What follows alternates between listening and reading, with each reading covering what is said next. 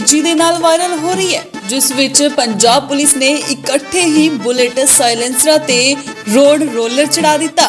जी हाँ, तुसी सही सुनिया ते सही वेख्या। हुण जो कोई भी बुलेट समेत पुलिस अड़िके चढ़िया तां उसदे बुलेट दे साइलेंसर नाल भी यही हाल होवेगा। हुण बुलेट दे पटाके बजाउण वालियां दी खैर नहीं।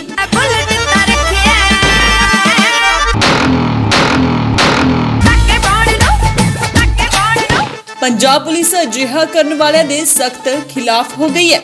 जो कोई भी बुलेट दा साइलेंसर बदलवा के उसदे पटाके वजावेगा जां उसदी आवाज बदलावेगा तां उसनूं किसी भी कीमत ते बख्शिया नहीं जावेगा। मोटा जुर्माना ते शायद बुलेट बॉन्ड भी हो सकदा है। इत्थे ये भी दसना जरूरी होवेगा कि जो मकैनिक बुलेट दा साइलेंसर बदलेगा हुण पंजाब पुलिस उसदे खिलाफ भी कार्रवाई करेगी।